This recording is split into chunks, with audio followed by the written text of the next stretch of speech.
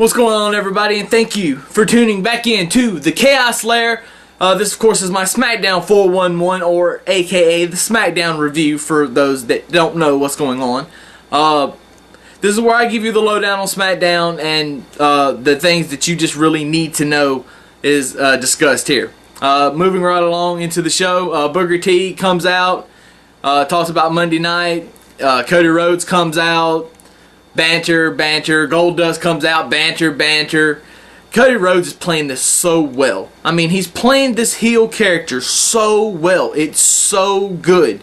And for anybody that can't see that, you're just blind and you just don't understand how it's supposed to work.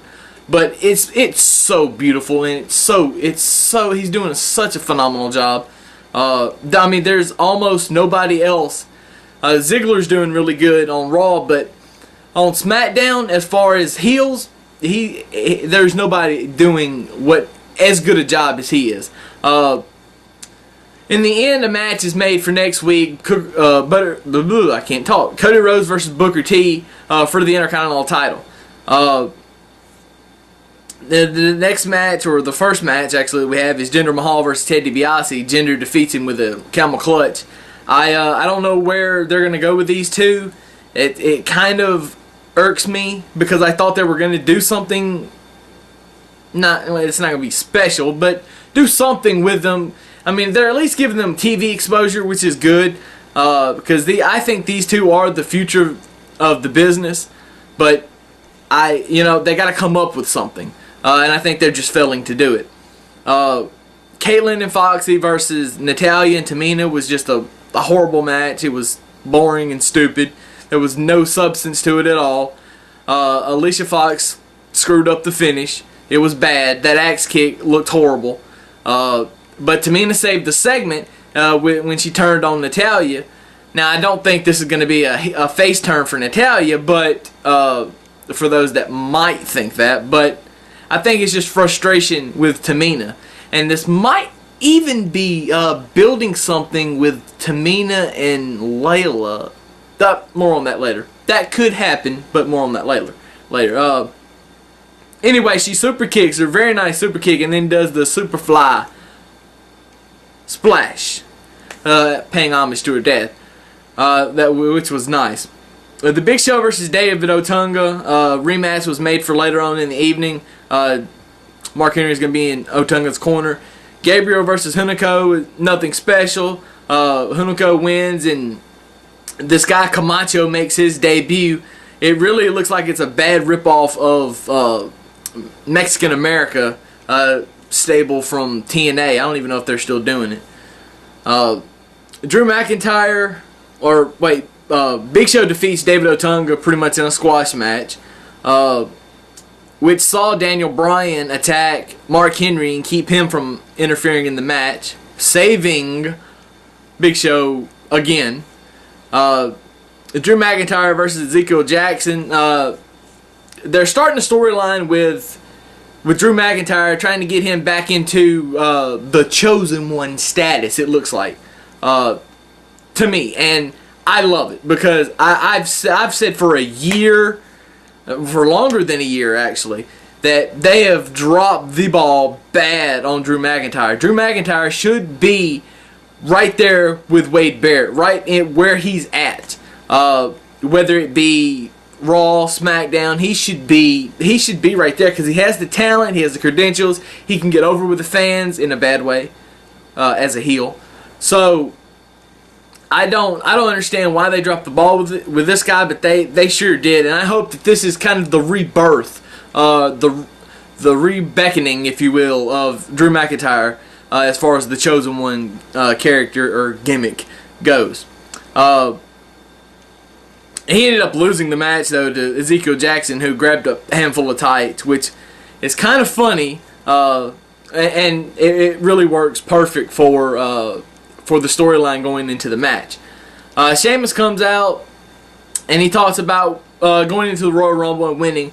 By the way, since he's the first one to bring it up, that puts him as a front runner to win the Royal Rumble. And I know there's rumors about Randy Orton.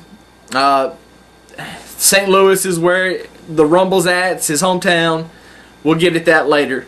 If he's able to come back then. Hornswoggle comes out, and Sheamus pretty much just fucks with him a little bit, talking about who's gonna win the Rumble, and Hornswoggle grabs the mic from him and runs around the ring saying Hornswoggle, Hornswoggle, Hornswoggle. I mean, it's just funny. Slater comes out. He says he's gonna win the Rumble. Just a note to everybody: I don't really care for Heath Slater that much. When he was with Nexus and the Core, yeah, I seen the potential.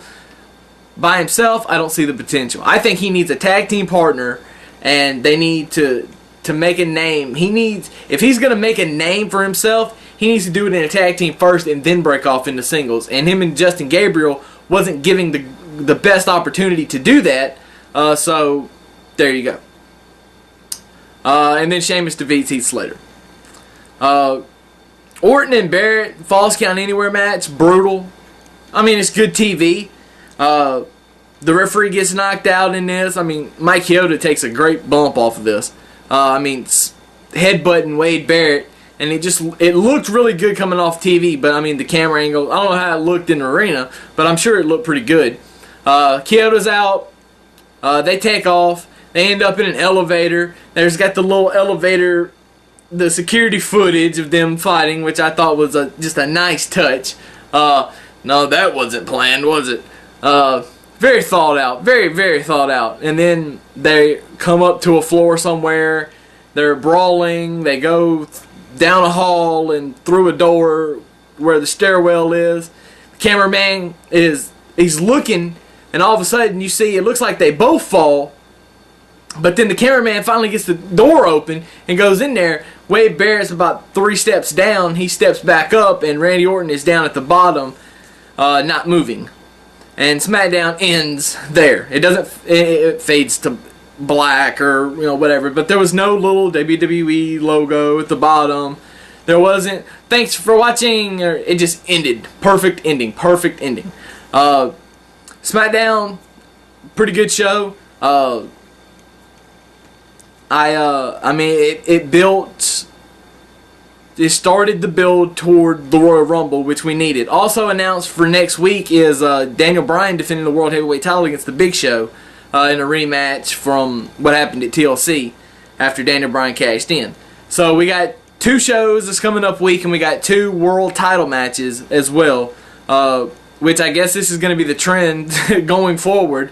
I guess they're going to start doing world title matches at the first shows of the year to kind of hype the year and how it's going to go. I don't know. But overall, SmackDown was a good show. I give it, a 6.5 of 7. I mean, it was a decent show. Wasn't nothing special, but it wasn't nothing bad either. So, I mean, steady matches, steady promos, a great brawl to end the show. So, anyway, that's my review. That's what I think about SmackDown. Make sure that you always click that subscribe button if you haven't already. Leave me a comment. Tell me what you think of the show or my video. Or, you can always follow me on Twitter at TheAnswerChaos right up there. And, hey, you know what? We ended 2011 with, not a bang, but we are sure to start 2012 with a bang as well for SmackDown, well, and Raw, for next week. I can't wait. So, for me, I'm done. Deuces. Chaos is spoken, and I will see you guys in the new year.